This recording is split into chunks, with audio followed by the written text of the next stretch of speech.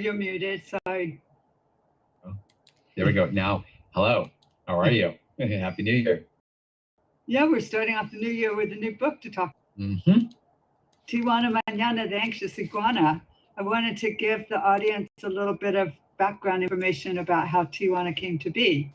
So, a couple of summers ago, I went to the Galapagos, which is islands off of Ecuador in South America, and I got to go see lots and lots of wildlife in the Galapagos. Lots of different islands we went to. We saw different things, and what was on a lot of the islands was um, iguanas, Yeah. all different colors of iguanas, and piles of iguanas, iguanas by themselves, iguanas eating dried up flowers, or at least that's what they look like, but they did had moisture in them for them, and iguanas swimming, and all kinds of interesting things to learn about the iguanas, and they just intrigued me, and so I thought I should write a story about them because they have to do a lot of things, same as the character in the book that we worked on together.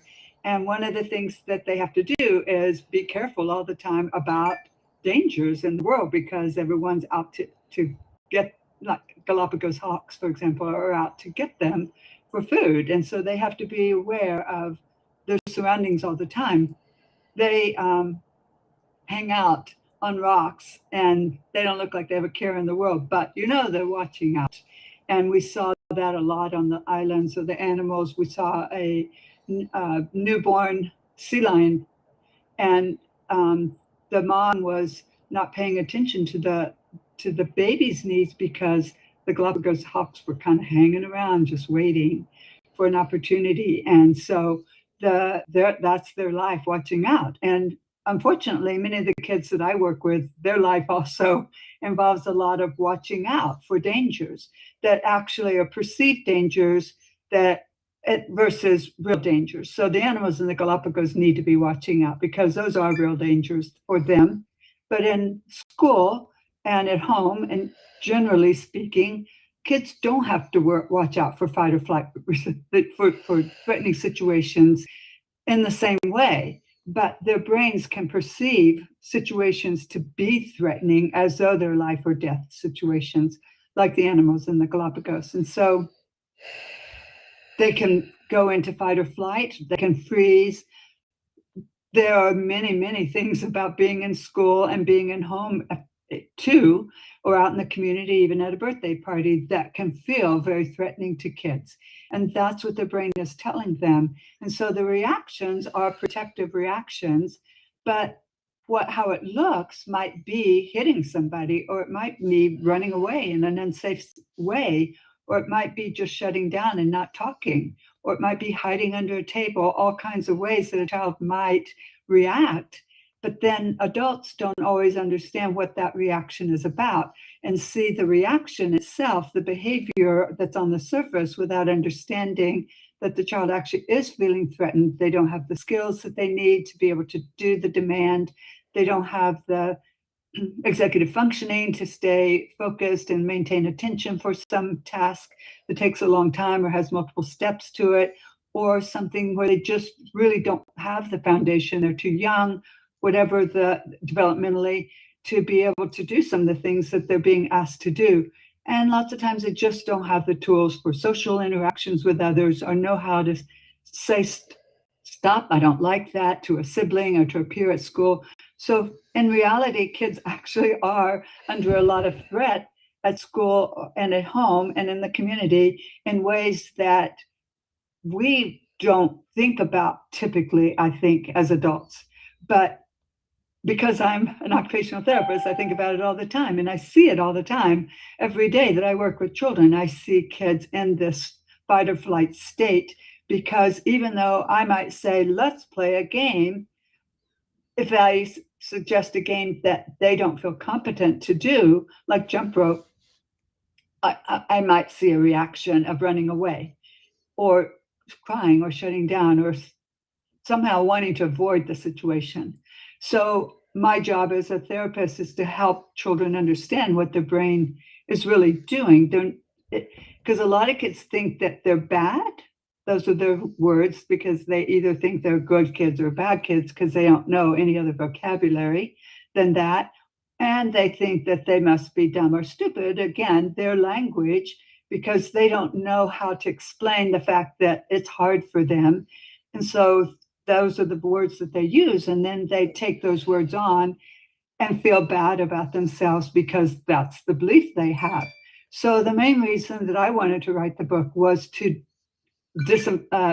help them understand that that's actually not the reality, that it takes, that they can learn, they can do hard things, and they need a lot of support and they need a lot of understanding from adults to know how to do that and to understand the reactions and look underneath at what are the lagging skills, what can I do to provide scaffolding so that the child can be successful, because they can. And there's always a way to move a step forward with children to get them more able to do what's expected of them at home, in school, and then in the community.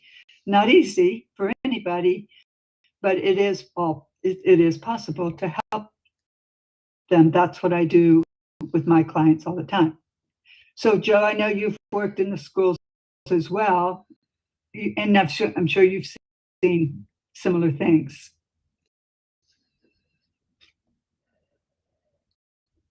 You did. There we go. Yeah. Yeah. As a teacher, I came across this a lot in my job, especially since I'm teaching technology. It was very important for me to make sure that they're feeling like they have ownership of what I'm teaching, and that was like my whole thing. It's like I'm trying to teach them the technology or whatever it is that I'm teaching computer wise. This is a tool, and this is going to help you, in your future grades, or as you get older, and once you're an adult, I'm laying down the foundation for this aspect of school and your education. But a lot of kids were just very intimidated by the technology, and so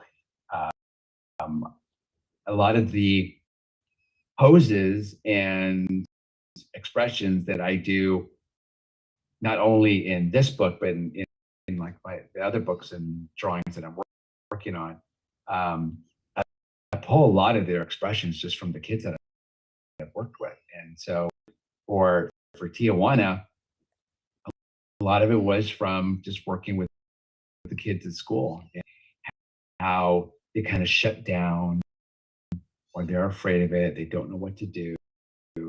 And so like that's my job. It's like, no, you can do it, like just be a big encourager, and hey, I got your back. It's not as bad as you think, and it's okay to not know something, and say you'll get it eventually. And so but that's I mean, that's what I really liked about teaching, is just they don't know something, and then with a little bit of practice, and it's like, and it's not practice makes perfect, practice makes progress. And so that was my whole thing, is you're making progress. And Yeah. so that's kind of like what Tiana Manana does in the book. He's making progress. He's overcoming the whole fear of the sight words and all that. So it's a good story. Good job, man. Well, and that's why we're a good team, because you understand all those things as well from your experience, and everything you just said about the kids' fears and so forth is what the book is about. And so the practice and feeling confident that they can do it in the end, and that aha moment, which we see at the end of the story too. And that you're saying that's a wonderful way to be with children, to be able to be the encourager and be the one who helps them be able to get to that point where, oh, I get it now. I feel confident I can do this. So that's wonderful to experience. Mhm. I wanted to make sure we give credit to the people who have the original idea of the upstairs and downstairs brain that we talk about in the story, and Dr. Dan Siegel and Dr. Tina Payne Bryson have written a book, and they use that language in the book. And it's wonderful language because the downstairs brain, what we're talking about is building the foundation for this brain to actually do its job by quieting the downstairs brain. So that's the main idea of the book, really, and giving strategies for how to do that. And of course, there's the extra handouts that are on the website that can reinforce the messages through activities as well as resources for parents. And we'll go over those in one of the upcoming weeks. And then also we've got the journal, which we'll talk about also in another upcoming episode, where it's just all different ways, different for different kids to try to access that thinking that I can do this. So it might be for journals for some kids, it might be making games out of it for other kids, lots of different ways. So I try to give ideas about that, as well as give ideas for the adults working with the children of what can you say, how can you encourage, like you said, Joe. So I thought that what we could do is start reading the book. And when you see something in the book that you think, oh, I really want to share about this, step in. And I have ideas of things that I think would be fun to share about also. So I'll get that up.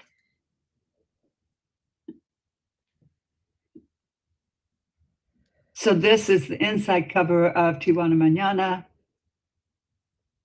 And then his mom is saying, it's time to do your homework. It's time to practice on your sight words. And he's going to do anything he can to avoid doing that. If it takes too long, he doesn't think he's good at it. It's boring, which is what most kids call it. And when kids call something boring, it kind of is a conversation stopper for many families. They don't know what to do with that. It's not enough information. It's not accurate information to work with. And so parents and teachers can sometimes not really know how to respond to that. So this is also trying to model that. So mom says, oh my, Tiana Manana, with the way you're hiding, it seems like you don't like how that feels. So I'm trying to give, again, language to the parents and trying to help them know how important how you talk to your child in these empathetic ways. So I try to liken it to when a child is small and they fall down and they need a Band-Aid. Like every adult knows, oh, let me see. Oh, gosh, that looks like it hurts. Let me help you. How about a kiss for you, owie? And it's that same kind of connection that you can make with a child over their emotions. Their emotional hurts, just like their physical hurts. So he's giving her a little more information now and saying, I didn't want to read, it's too hard. And then he talks about other classmates, because he is not the only one in the classroom for sure who's struggling in some way. So I listed here 3 different, the fight or flight or freeze behaviors that you might see in a classroom. Spike running away, Cuba staring off into space, which is like shutting down, and Fiji, who just starts being physical with kids nearby. So his mom. If I could say one thing, one thing that when I'm looking at the mom, little fun fact. So when you told me the whole thing about Ecuador and Galápagos and all that, and I was thinking, it's like, well, what's a mom gonna look like? Oh yeah. And so I did some research, and I based her outfit on kind of like a traditional Ecuadorian fashion. And so this one stood out because I really like the vibrant colors. So I like just using a lot for the books. I like using a lot of the basic colors. And so I thought this would really just pop and have a nice contrast with the red flowers and the green. And so I thought it looked really good with a lot of nice colors with Mom. Yeah, I like that, Joe. Thanks for sharing that too. So she's trying to show empathy again. I bet hiding under the blanket actually make you feel better for very long. And then he says, "Mañana, Mama." So this all, surprisingly, well, I don't know, maybe it's not surprising, but when I ask kids if they know what mañana means, they typically don't. So in the stories I write, I do like to educate kids beyond just the main point. So I bring in Galapagos hawks and try to bring in like things like you just said, Joe, to make it authentic. And so as well as educational. So teaching kids mañana means tomorrow. It's just fun fact. So she says we can try to make it feel better. So she says, "I'll tell you a story, and then we'll see how you're feeling. Is that okay?" So he's feeling like, okay, I could come out from the blanket a little bit. Doesn't feel too threatening right now. And so then she tells a story about Iguana, who's like, "Oh, everything's fine and happy. Here I go on a bright sunny day," until the hawk comes along. And of course, he runs away from the hawk. That's a survival mechanism. And the hawk is there it is threatening. And so the Tijuana, of course, recognizes, like, of course, he's going to run away. And so then he says, yeah, he ran away, didn't want to be bird food. So his brain told him to get safe, and he did. And then she tries to connect it to him and say, and your brain does the same thing. And so Tijuana humorously says, well, I think my brain's telling me reading is like a hawk and I need to run away. It's threatening, it's dangerous. And so then that idea sends him back under the blanket. And his mom confirms, yeah, you're right, Tijuana. When this happened, the downstairs brain stepped in to save your life. It thought there was an emergency. So for protection, you crawled under your blanket and made yourself as small as possible. I'm trying to become invisible. Nobody see me. I'm hiding under here where I can be safe from having to do my homework of sight words. So there's the downstairs brain. We'll see a lot of him going forward. And then Tijuana says, whoa, see, I knew reading was dangerous. I'm glad my downstairs brain was looking after me. And that's the message I do try to get across to kids. It is just a protection. Your brain is doing its job. Thank goodness, because perceived or real, we need that downstairs brain to protect us from danger. So Mom chuckles and says, well, reading isn't really actually dangerous. It's that your brain gets worried about you when something feels hard or scary. We can find a way to read that feels better so you don't have to hide under a blanket when you feel uncomfortable. So that's what I'm trying to teach kids as well. I create a zone of safety for them and for them to understand it's not an all or nothing situation. We can find something that works, that allows you to feel safe and then start learning.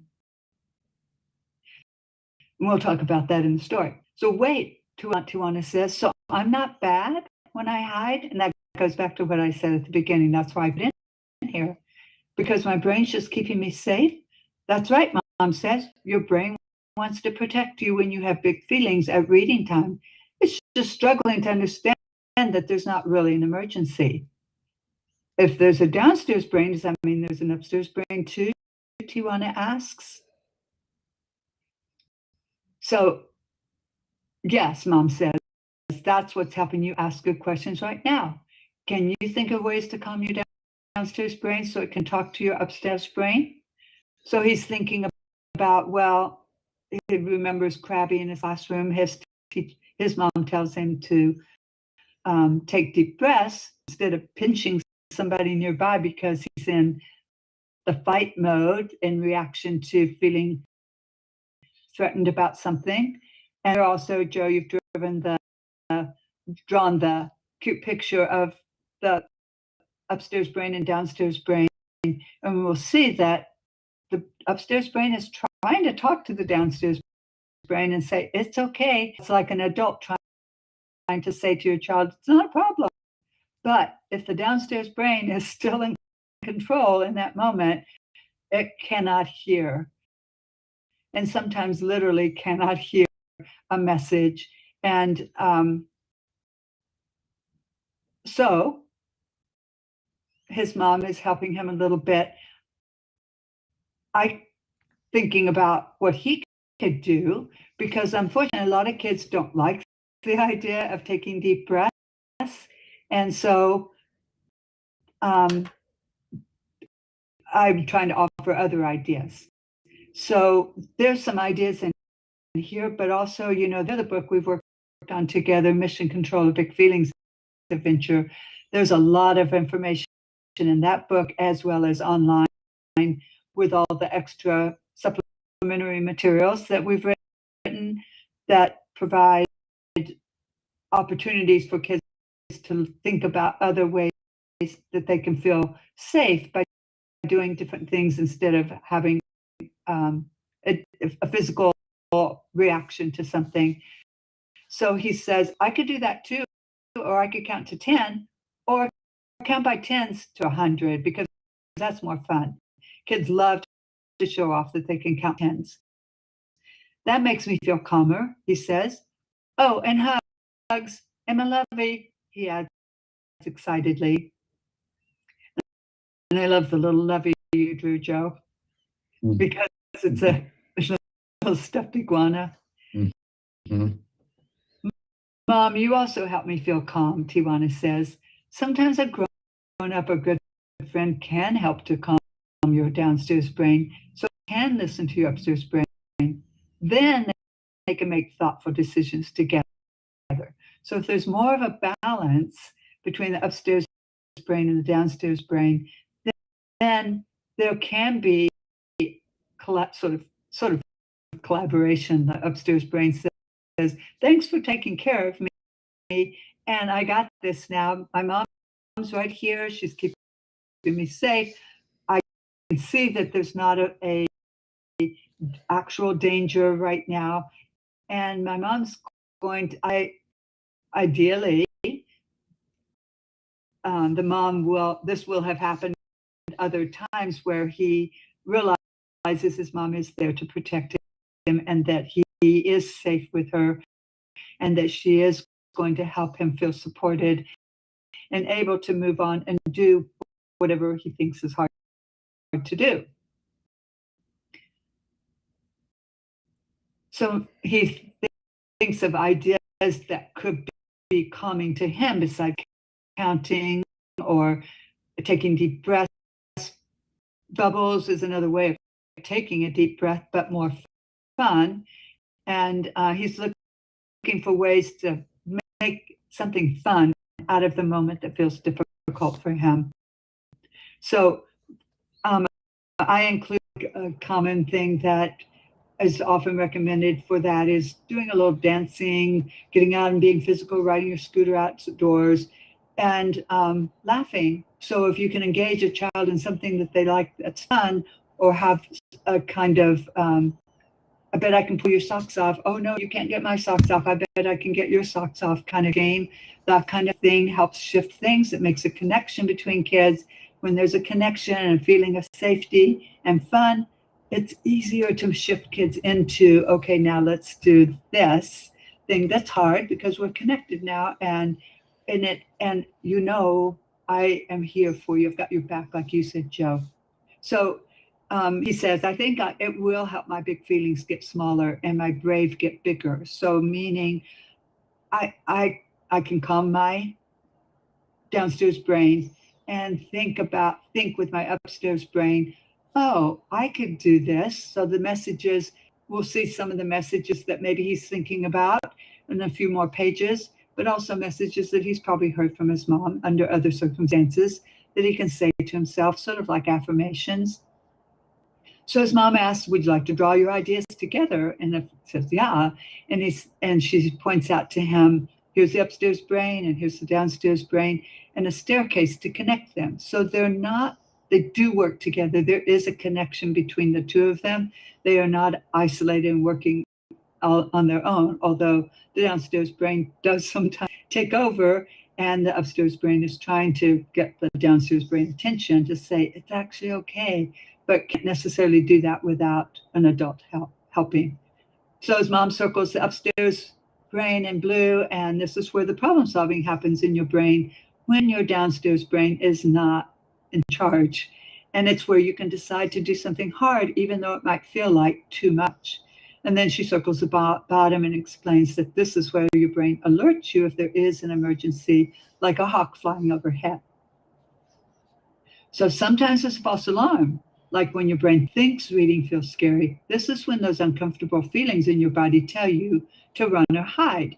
When your downstairs brain goes into action to protect you, your upstairs brain has a hard time getting the everything is okay message to the downstairs brain. So that's kind of what we've been saying over and over again. And so then mom asks, how do you think we help the message get to the downstairs brain? So this goes back to what you were saying, Joe, like practice makes progress. So that's what you've drawn here in the illustrations. Like, yeah, every time you practice something hard, it is like reinforcing those steps and making them stronger so that the next time something happens, your brain will remember, oh yeah, I remember this was a little threatening, but I was actually okay. And I made progress by practicing with my mom, and she made the environment safe for me. So actually, I can hear the upstairs brain a little easier now saying, this is just like the last time when we practiced sight words. And you were safe and it was all okay. We made it fun, you moved your body, all those things. And so the downstairs brain learns to be a little less reactive just from practicing it. And then you revealed what is behind the signs. And these are the messages that can start coming in. These are the messages that I start hearing from kids. Oh, that was a little fun. Or if I ask them, do you think you can do it? Yeah, I can do it. Or that was a little easier than I thought. So Tiana, as all kids, they do want to read, they do want to do well in school. He says, reading looks easy for big kids. I want to tell my downstairs brain that reading isn't scary. I think I'm ready to do hard things. And then his mom reminds him of all the things over the years that, of course, he probably has no memory of or understanding that all of these things like eating and dancing and doing math are all things that he didn't know how to do at one point and learned to do. So he can think, or no, she's trying to get him to imagine that reading is like that too. Like those kids who are reading probably didn't know how to read once upon a time either. And they're doing the same thing as it's time for you to do. So she suggests making a list of things to help the downstairs brain and upstairs brain talk to each other. So here are some of the ideas. These are things that I think are the sort of affirmations that make the biggest difference for kids. They need to know that they can be successful when they're calm. So when the downstairs brain is not overreacting, practicing with somebody easier too, especially someone you feel safe with, like mom, or of course, all of these could be dads as well. And then if it can be an activity that's fun for kids, they will participate. So if I see a reaction, that fight or flight reaction from a child when I ask them to do something, if I immediately switch it into a game, concentration game, memory game, a acting out the words game, or hide and go seek kind of game with the words, anything that makes it feel like fun to them, they're all over it and they don't mind doing the work. So, and then of course, we've said many times, practicing will make it easier for them. And then the confidence every time that they practice something.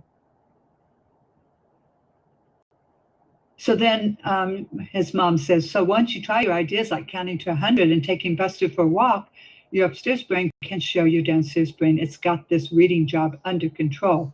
It won't feel like too much anymore. So there's encouragement that you were talking about, Joe, too. And I love, again, the little locust, painted locust. And the upstairs brain and the downstairs brain work collaboratively over learning the book, the words in the book. And so now we see Tiana shifting and saying, I can do that. She's given him a lot of encouragement. She's given him the tools. She's listened to him. She's explained to him. So she's done everything that she can to make it him as successful as possible. And so then she asks him, and what are some ways we can make practicing fun? And he says, well, I saw one kid using flashcards, and he acted out the word on the card while somebody else tried to guess what it was. And he's thinking, that looked fun. And so when I read the book to kids, they always can guess what you've drawn there, Joe. And they feel very proud and think that that could be fun for them as well. And so his mom is explaining, yeah, fun is the opposite of boring. Your brain loves fun. So she's using his language, boring, and using his language like, just make it fun. That's all kids want to do, is just have fun. And so she said, you seem ready to practice those sight words. Am I right? So he looks thoughtfully at the list that his mom has of the sight words that the teacher's asking him to learn. And she says, and he chooses a line and starts sounding out. It's not all those words that are there are actual sight words, but she probably helped him read words like calm and when and things like that. But the idea is that he's gaining confidence. And she's reinforcing, you sure can. You're using your upstairs brain. And then he says, yes, Mom, my upstairs brain says I can do this. I even feel a little excited to try. Whoa, says Tiana, dancing around the room. I'm learning to read. And this is my favorite page out of the whole book, because this is what, we both want to see with the kids we work with. And then he says, I'm not Tiana Manana, I'm Tiana today. So he's ready to tackle the hard work day. So even though this is about reading sight words, it doesn't matter what the task is.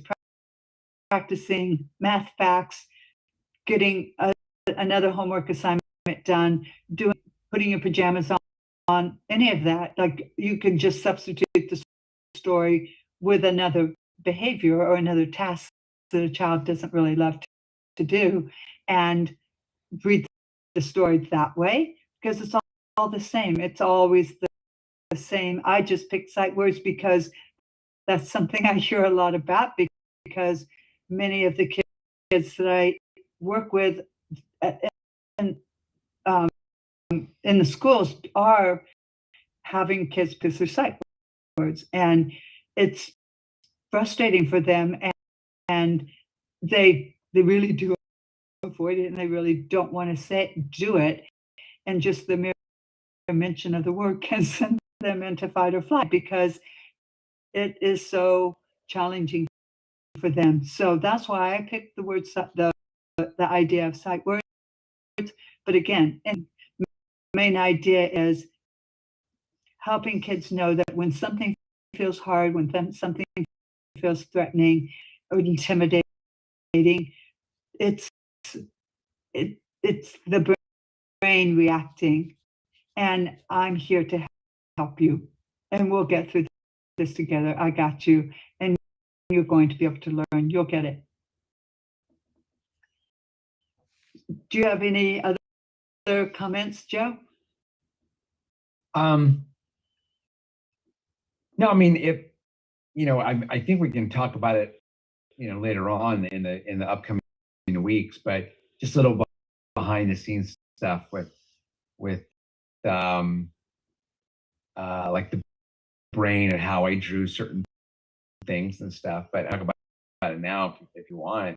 I mean, well, maybe one or two now, and then we can save some, because I'm thinking the last session might be a really fun one, because that's one that I was thinking we could that kind of thing, answer questions people might have, and miscellaneous things that would fit in. Yeah, we'll just wait for then. Okay. Yeah. Okay. So, so next week when we meet, we'll be talking about a chart that I created that helps kids manage their big feelings and help them go from Tiana Manana to Tiana today. So it's a chart that parents, teachers, anybody can use with their child to help them in ways. It's just sort of a way to think through, how should I do and how can I go forward with trying to actually implement some of these ideas from the story. And we'll talk about the journal, which is a way to sit down side by side with the child and say, let's make a plan, which is exactly what Tiana and his mom did. Let's make a plan for what to do. Let's have some fun. Let's have some ideas of what to do to remember what strategies. Being that age, like first grade, second grade, and my dad was very into calligraphy, so he always made me write, and that's where I had kind of, I just give credit to my dad for getting me into writing. Like it was more for art, you know, and learning calligraphy the way he writes, but just being able to sit down and just pen to paper, even though I do everything digitally now. But that's like a really good foundation too. It's like if whatever parents listen to this in the future, sit down with your child and write with them. And I think the journal is such a good way of getting them involved with that, and like a good starting point. That's great. That's great. I didn't know that about your dad. That's really fun. Yeah. And like I can see totally like all of the practices and different lessons that you learned from your parents and your interests have brought you to the point that you are today. And these skills and these mindsets and so forth start early. And so, and working with parents who have ideas like this. And, you know, sometimes I don't think parents do know what to do. And so it's not that they don't care at all. It's just that they don't know what to do. It's spending time. And again, going back to my daughter, because it's funny, we just talk about, because I mean, I work with her, so that's another plus with my job. But she said that she totally remembers me sitting with her and working with at that age, at first grade, second grade, you know, kindergarten, and frustrating at times, but you know, she remembers that I sat with her and I read books with both of my kids at night before they went to bed. And, you know, it's that stuff that you don't ever get back, you know. It's just an important time. And then if you really make it, if you're intentional about it and you sit with your kids and do this, it's like, it's so special. It's just like, they don't forget it.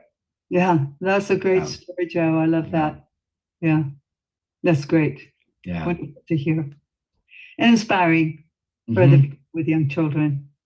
And of course, it's never too late to do it. No. Okay, well, thank you, Joe, for meeting today. I'll see you same time, same place next week. Yep, sounds good. Okay, bye. All right, bye-bye.